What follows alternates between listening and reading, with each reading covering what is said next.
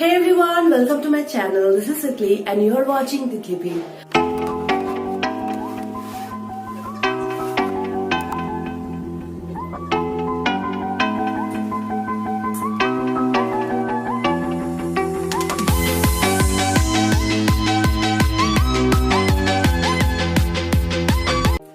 If you're new here, don't forget to subscribe and like this video. You can check my previous videos. I will link it all down in the description below.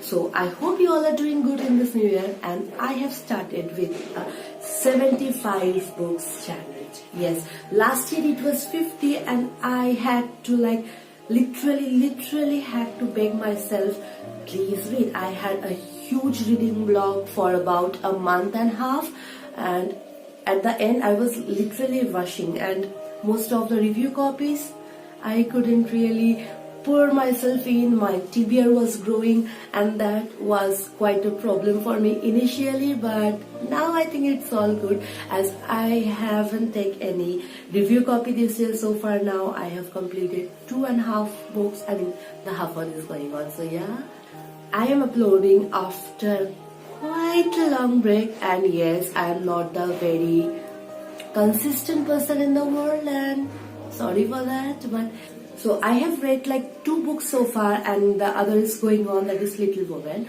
So today I'm going to give a review on The Goat Thief, my first book of this year. Yes, my first read, and I absolutely loved it. If you don't know that, I have been seeing this book all over the Bookstagram community. Everyone praising, everyone putting pictures of this book, and that really put me in thinking I should also give it a read. And I brought it few months back, but all the review copies and stuff here and there kept me delaying this book. And this book was literally staring me back from my bookshelf for so long. So I thought, yeah, this would be my first read of 2019. And The Goat Thief by Perumal Murugan is a complete compilation of 10 best stories by Perumal Murugan himself. It is translated by N. Kalyan Raman in English. So you are going to get 10 complete short stories, and all of them has an essence of its own. But if I want to tell you in a whole what is the theme, I would rather say this is totally based on the southern part of India. You can see the village life over here. You can see the contradiction of a person's mind when a person, well, I don't know if I should be giving away the spoiler, but I will try to get you through my top 3 stories out of the 10 stories. So let's start with the first one, that is The Well. The first story, The Well. In The Well, we learn about a guy who is, well, we can say in his mid-20s to his mid-30s, and he went back to village where he was approached by 3 little children to play with them in the well. So being invited to the well by 3 little children really excited him, and he went to them. And as he was enjoying himself swimming in the well, playing with the children, something comes up. And honestly, when I was reading, I thought this could be a normal story about a guy who went back to his village and playing with little children, nostalgia, stuff like that. But no, the ending actually went a 360-degree turn, and okay, everything just went all over the places. I did not expect the ending.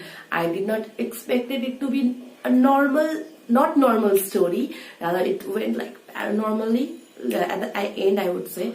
So that really thought I need to finish this book right now. So yeah, the first story was so good that it really held me throughout the book. Yes, it was that good. And my second favorite story, if I really say, that would be The Wailing of a Toilet Bowl. Yes, second story that I really liked is The Wailing of a Toilet Bowl. Okay, this story again starts normally, where a woman who comes with her husband to a city life from a village life and started living it differently, and when she faces some problems, she didn't know how to solve them. She tried to confront her husband, who, well, wasn't really much of a help, or not the help she was seeking. So things were going up. The woman who tries to seek help from her husband of a very normal issue turns out to be different, where she started fearing that toilet, yes, the toilet bowl might itself start to eat her because its hunger never stops. The story escalated from being a normal phenomenon to a high psychological dilemma, I would say. And I really loved it because in the beginning you see this woman struggling with a problem.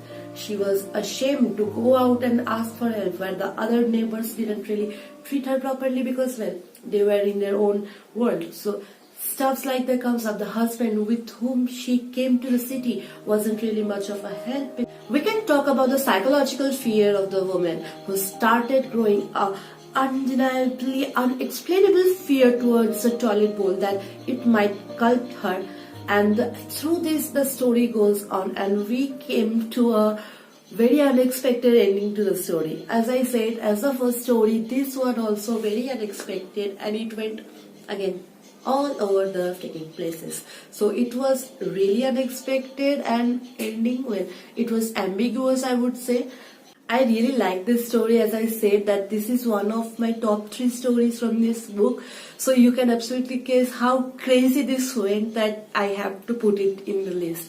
The other stories are as well having some unexpected endings. This too has really topped my list. And now talking of the third story, which is actually the last story of the book, which is The Man. The last story is about this old man named Muthu Patter, who has been getting a sleep deprivation for about a month now. Now, sleep deprivation isn't a big deal for now alive, but this man is exceptional, as throughout his life he has been called as blessed by some sleep god or has been possessed by some sleep demon, because as soon as he falls on the bed, as soon as he lies down, he would just dive into a great sleep. Okay, but all of a sudden he started feeling that sleep has left him. He would not be able to get a good sleep. He was always awake, and that has started obviously bothering him, as it should. Especially when he used to laugh at people for having sleep troubles. He would say like, is this even a thing, or are you lying? Now that he is suffering this, he has gone to a really difficult stage. Now, though it's throughout the story, author has managed to keep it quite light-hearted, quite nice mood, where a parent is complaining about his son not being successful, not being responsible, while comparing it to the others.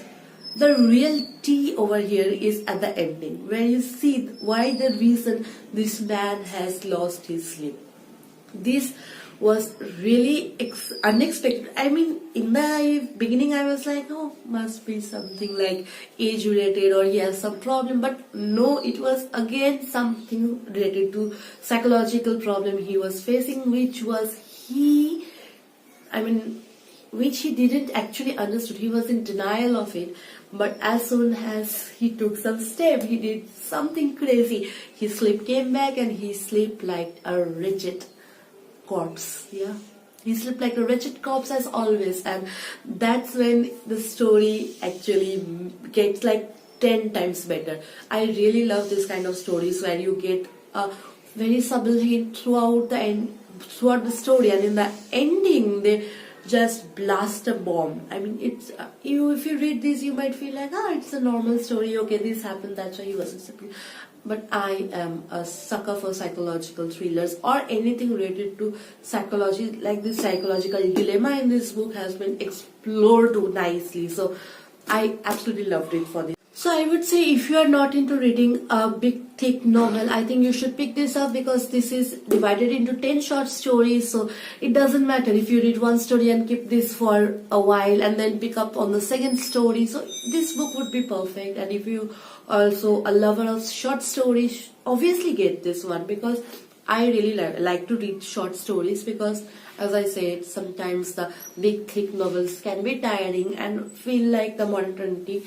To break the monotonous tone of a book or the reading slump, small and short stories are the deals. Okay, yes, that's how you can actually put this in between some thick reads and make your reading a worthwhile. Because if you continue reading on big thick books one after one, sometime you might feel like, I don't want to read at all. That's not something very unusual. It can happen. So Short stories are perfect if you are looking for a short read, and this book is quite good. Okay, so Pedible Bodegas book I would give 3.5 stars out of 5, and for the writing style it's quite easy, and keeping the Indian audience mind, I think most of us who are like quite comfortable with English would not have any problem. And if someone is trying to start reading English for the practice, they can absolutely pick up this book, as it has quite easy language. The gripping would be hard for you, the stories are short, that's how you won't even be feeling what is happening all over. But again, so let me know in the comment below that if you have read this book, or what's your opinion about this. You can follow me on Instagram. I will put the link in the description below. There I post pictures at a regular basis comparatively to my YouTube. Yes, I am quite regular there. And don't forget to subscribe and like. Bye bye. Oh, till then, stay happy.